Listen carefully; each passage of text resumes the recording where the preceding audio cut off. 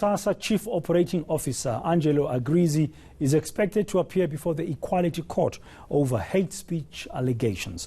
The matter relates to a recording containing racially offensive words produced during his testimony at the state capture inquiry earlier. Now, Erin Bates, our colleague at eNCA, is tracking that story for us and is joining us now live from outside court. Erin, good morning. Well, this case, we understand, has been brought by the Human Rights Commission, but of course there's that Bosasa link. What is that? Yes, good morning, Bradan. That link relates to the comments both in that recording, which was made at Angelo Agrizzi's house in August of 2018.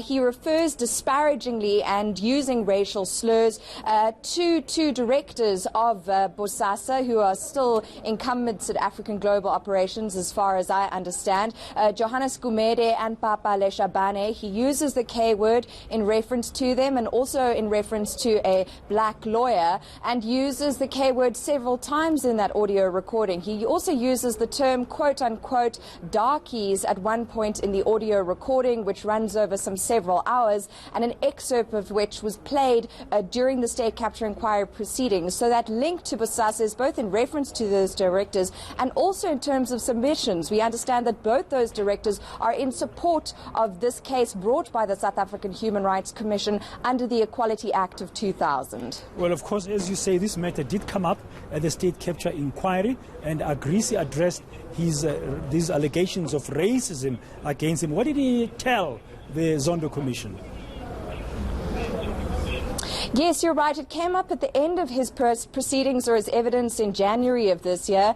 And Agrizzi conceded. He said, yes, I am a racist. He spoke about that audio recording, which was taken when three of Gavin Watson's children, his two sons and his daughter, were at Angelo Agrizzi's house. They had a meeting which went into the early hours of the morning.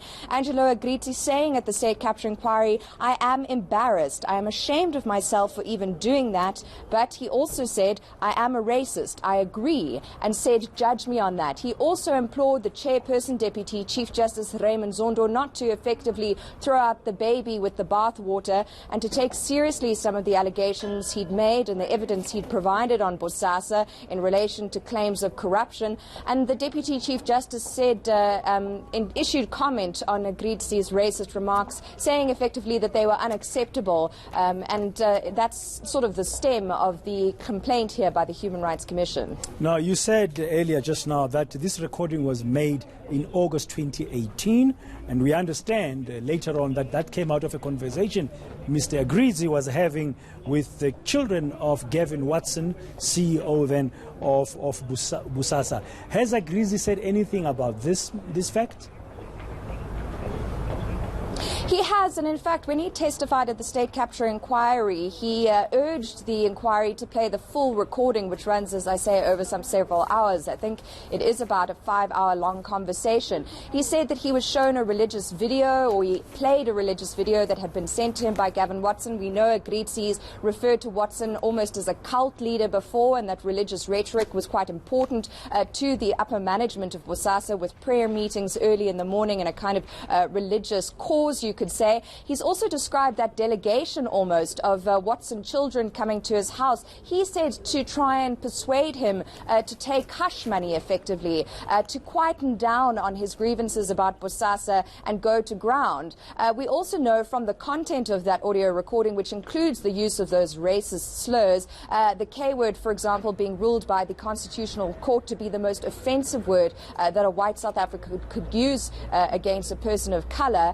And in that testimony, Dan, he said that the recording, was part of a snare, a trap really, against Angelo Agrizzi. The content itself also reveals the kinds of splits there were in upper management at Bosasa, seemingly on racial lines, with Agrizzi asking the Watson children what their father was doing, working so closely with the likes of Gumede and Leshabane, and what hold those directors had over the CEO.